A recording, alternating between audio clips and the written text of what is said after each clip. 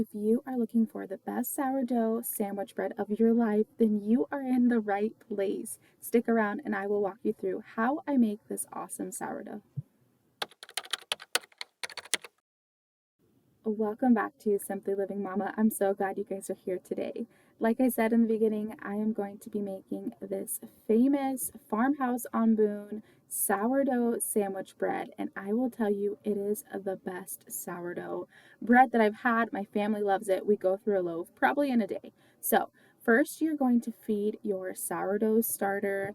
That is what I'm doing now. I started that in the morning. Now, sourdough fanatics don't come for me, but I do not weigh my ingredients. I just measure them out. And I know everyone raves about weighing them, but I don't have a scale right now. And I keep forgetting to get one. And it has worked for over a year just measuring them out. And I don't want to overcomplicate things because if I overcomplicate them, then I'm not going to do them. And our family needs bread because I refuse to buy bread from the store. So do what works best for your family, but for me, I just use measurements. So after your sourdough starter is nice and bubbly, then you're going to go ahead and mix up the dough. So you're going to start with half a cup of butter, 2 tablespoons of honey or sugar, I use honey, 1 tablespoon of salt, 1 cup of your starter, and 2.5 cups of water. So I go ahead and get that all stirred up in my mixer. Once it's combined, then I'm going to add 8 cups of all-purpose flour. And you're just going to let that mix in your KitchenAid or whatever mixer you have with the dough hook or by your hands, which will take a lot longer, but it is possible.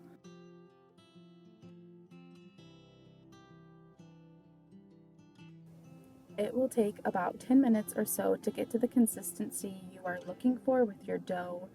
You want to do the window pane test, so just kind of stretch it up and look and see if you can see through it. Then you're going to let it sit for 10 to 12 hours. I let mine sit overnight.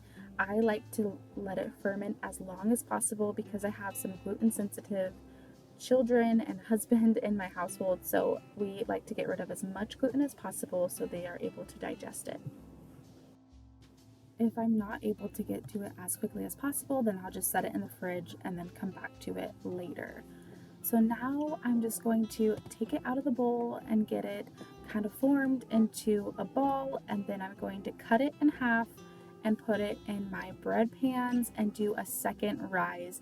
That one usually only takes between 2 to 4 hours, just depending on how warm your home is.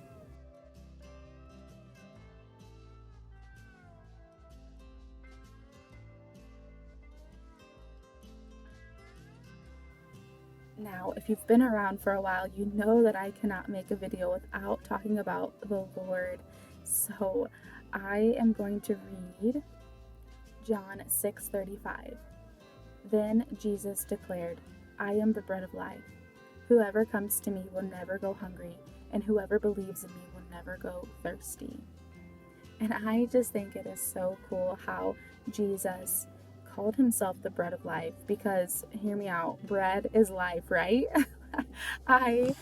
It's my corny mom joke for the day, but seriously, bread is so good and you can do so many things with bread and you can survive on bread alone.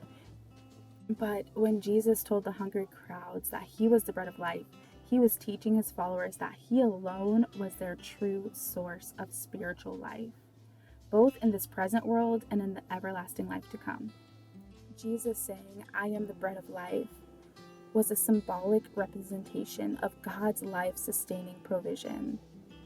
If we can be sustained on bread alone, how much more can Jesus sustain us if we turn to him? The bread of life that Jesus represents never perishes, spoils, or runs out. Praise the Lord.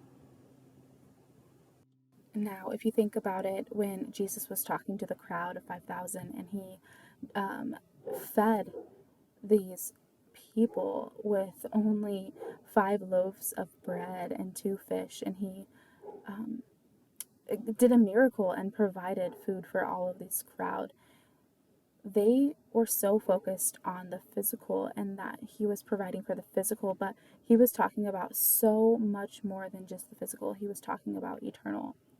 And it was hard to comprehend because they couldn't see the future, even though he was teaching them and talking about what was to come. They couldn't see it. And so Jesus was talking about his sacrifice. It is the death of Jesus Christ that takes away the curse of sin and rescues those who receive his forgiveness from spiritual death. Christ's sacrifice on the cross enables us to receive eternal life. To all who believe in him and accept him as Savior, he is the bread of life.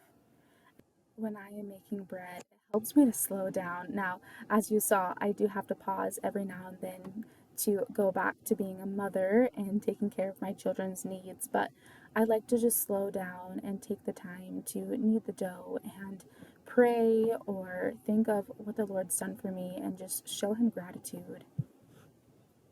So, after you bake your bread for 40 minutes at 375 until the tops are golden brown. I overcooked this one a little bit, but as you can see, it still has some squish to it like regular sandwich bread. And I, of course, had to add some butter and honey and enjoy this before I head to bed. So good. You definitely have to make it. Thank you, Lisa, at Farmhouse on Boone, for creating this amazing recipe. It is a staple in my house, and I hope it becomes a staple in yours. And if you're new here, my name is Destiny. I'm a mom to 4. I post 2 videos a week, one like this and one where we read the Bible and clean together. I would love for you to be a part of our family, so hit that subscribe, and I will catch you on the next one.